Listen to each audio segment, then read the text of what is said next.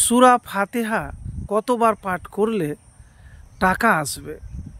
প্রিয় ভাই, সূরা ফাতিহা কখন কোন সময়ে পাঠ করতে গেলে আপনার রিজিক বৃদ্ধি হবে, বিপদ দূর হবে, কঠিন রোগ থেকে মুক্তি পাবেন। সূরা ফাতিহা অনেক ফজিলত ও বরকত রয়েছে। এটি কোরআনের সবচেয়ে গুরুত্বপূর্ণ সূরাগুলির মধ্যে একটি। এর মাধ্যমে অনেক রোগ থেকে মুক্তি, বিপদ থেকে রক্ষা, রিজিক বৃদ্ধি এবং আল্লাহর সন্তুষ্টি লাভ করা যায়। রোগ মুক্তি। ইমাম জাফর সাদেক বলেছেন, 40 বার সূরা ফাতিহা পড়ে পানিতে ফুঁ দিয়ে কোনো অসুস্থ ব্যক্তিকে খাওয়ালে সে সুস্থ হয়ে উঠবে। হযরত আলী রাদিয়াল্লাহু তাআলা বলেছেন, কোনো ব্যক্তি বিপদে পতিত ব্যক্তি 1000 বার সূরা ফাতিহা পাঠ করলে তার বিপদ দূর হয়ে যাবে।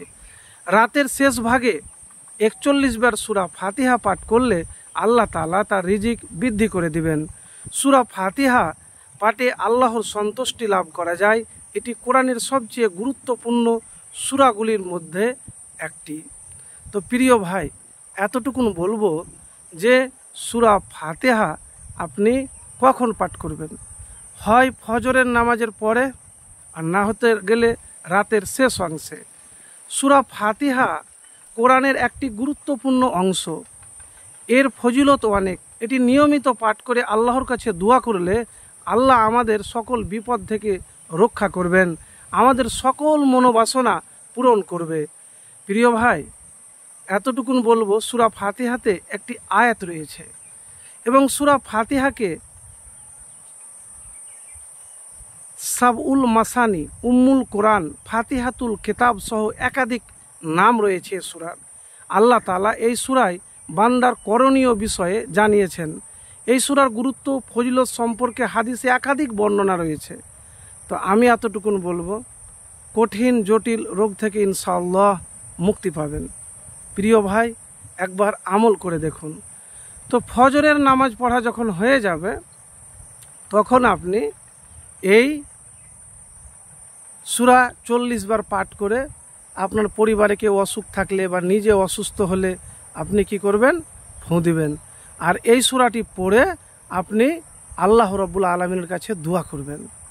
তো প্রিয় ভাই, একবার তো করেই দেখুন, ইনশাআল্লাহ ফলাফল পাবেন। আরেকটি কথা বলি যে নবী করিম সাল্লাল্লাহু আলাইহি ওয়াসাল্লাম বলেছেন, সূরা ফাতিহা সব রোগের মহা ঔষধ। আর এতে একটি আয়াত রয়েছে, ইয়্যাকা না'বুদু ওয়া ইয়্যাকা নাস্তাঈন, ইয়্যাকা না'বুদু ওয়া ইয়্যাকা নাস্তাঈন। এই আয়াতটি বেশি বেশি করে পাঠ করবেন। প্রিয় ভাই, একবার আমল তো করে দেখুন। অনেকেই বলে যে আমি দোয়া করি বা অনেক কিছু করি, কিন্তু আমার দোয়া কবুল হয় না। আমি সেই সব ভাইকে বলবো যে ভাই আমার, বন্ধু আমার, আমলটি একবার ইখলাসের সহিত করে দেখুন। এবং কোন সময়ে পাঠ করবেন? রাতের শেষ ভাগে। যারা রিজিকের অসুবিধাতে আছেন, কষ্টে আছেন, টাকা নেই, সংসারে খুব অভাব, তো সেই ভাইদেরকে বলবো যে আপনারা পারতপক্ষে রাতের শেষ অংশে এই দোয়া পাঠ করবেন। কেন বেকার বলবো আপনাকে, যে অনেক ভাই বলে যে আমার বালা মুসিবত দূর হয় না, আমার সংসারে খুব অভাব।